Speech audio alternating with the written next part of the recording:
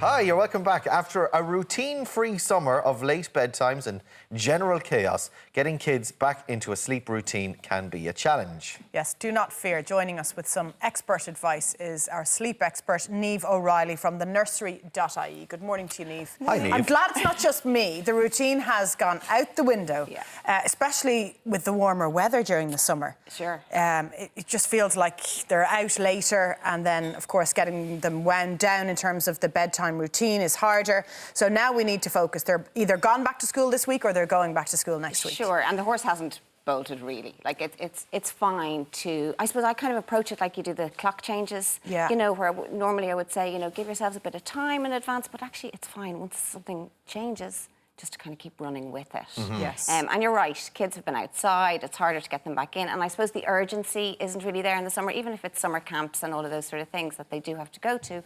School's kind of different. Yeah. You know, it just feels a bit more serious, I guess. It does, yeah. It is that little bit earlier as well compared to a summer camp or something like that. How much do kids... my youngest is 5 and eldest is 7, but there's like, depending on their ages, how much sleep do kids need? So when we're talking about those kind of ages, school-going kids, those younger ones kind of between 5 and 8, you're looking at maybe, you know, up to 11 hours of sleep a night would be... 11? Would be Wow. brilliant. Okay. Yeah, you know, but again, it's a range, so maybe between 10 and 11. Then once they kind of go 8 to 10, 8 to 11, you're looking at maybe the 10 hours, roughly. And then, you know, then you're hitting the teen years where all sorts of mad things happen. Up half the night watching telly or whatever. Up half the night, well, we'll talk about the telly. Right. You know, but that some kids will need more than others, and actually their body clocks kind of change anyway at that stage, so that the drive for sleep is different.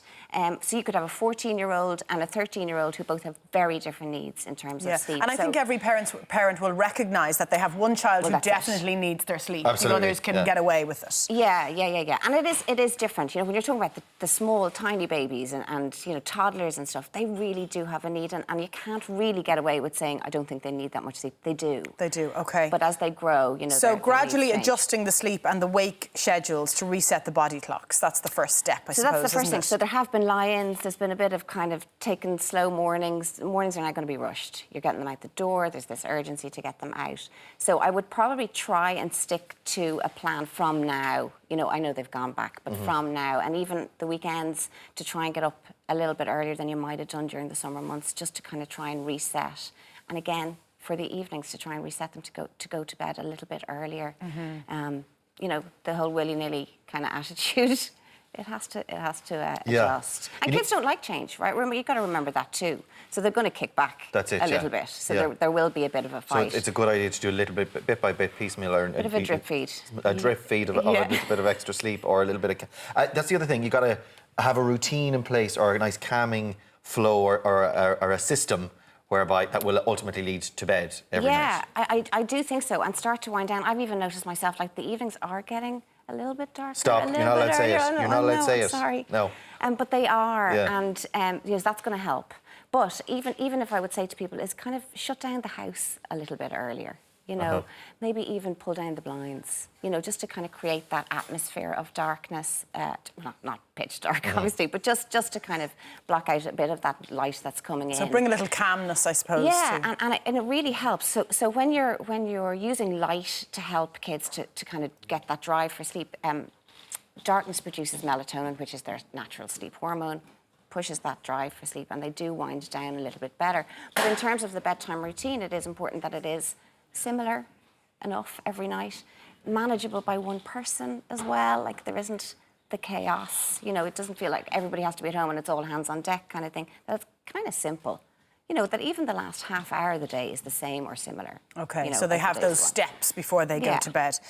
Creating a quality sleep environment, what kind of considerations do we need to be aware of? Well, I would say, we're talking about the bedroom space, I suppose, and we're talking about having it kind of a calm place. There's not too much stuff.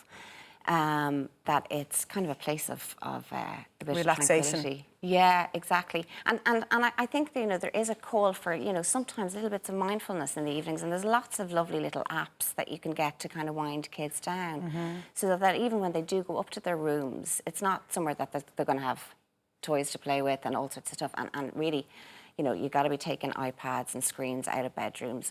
You know, I'm not averse to a bit of TV at the end of the day, just to kind of wind down sometimes, but I think keep it out of their bedrooms. Yeah. You know, It does depend on the show as well. There's a few like Hey Dougie, my kids are mad at, and it's quite a calm show, you know, it's gentle. Quite, yeah. Or in the Night Garden, they were always mad about it as well because, again, a nice, slow, that is calming. so mellow, isn't it? Yeah. But Slightly then potty, but mellow. Yes, yeah, exactly. It is. Yeah. It is. But if it's Spider-Man or something like, you just forget it. They're not. No, gonna they're watch it. bouncing off couches. Yeah. And I suppose, you know, sometimes audiobooks, you know, are a nice way of winding down. Like, there isn't that, you know, focusing on a screen. It's just kind of going on in the background. I was actually thinking about this on the way in. I used to listen to tapes, you know, of cassette tapes. But we'd just be about to fall asleep and the tape would click because you had to change sides, you know, so you're like, oh God, you know, whatever, switch over. I was remembering that. That doesn't happen now with the audiobooks. It just flows beautifully. Keeps going, yeah. So they're also saves you having to read a bedtime story for your kids if you stick on an audiobook. That's a lovely Dead handy, let me tell you. You also say, get rid of the iPads, get rid of the screens, keep them out, or at least a certain amount of time before bed, no screen, it's because it's going to encourage you to wake up or brighten up a little bit. And then communication's another one of your big tips that you had. Yeah, I do think it's important. Like, these kids are older. A lot of the time I'm talking about babies and toddlers, but for these older kids, you can involve them in the process. And, like, don't just spring something on them all at once. Right, shut down, like, this is it, it's school term, we're going for it this way.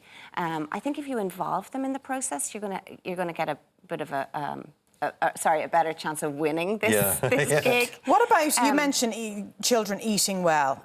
My children are at their hungriest when they have to go to bed. And they're always looking for snacks.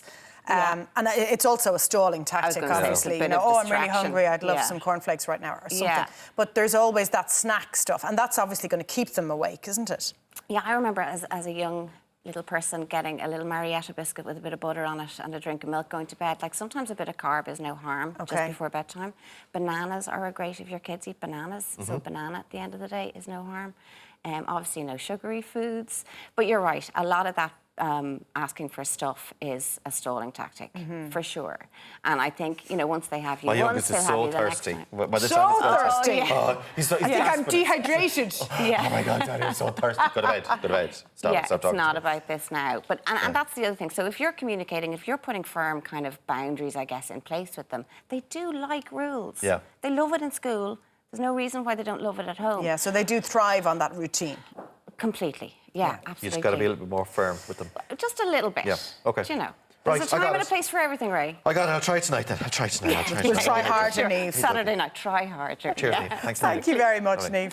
For more of Niamh's tips, you can check out the website thenursery.ie.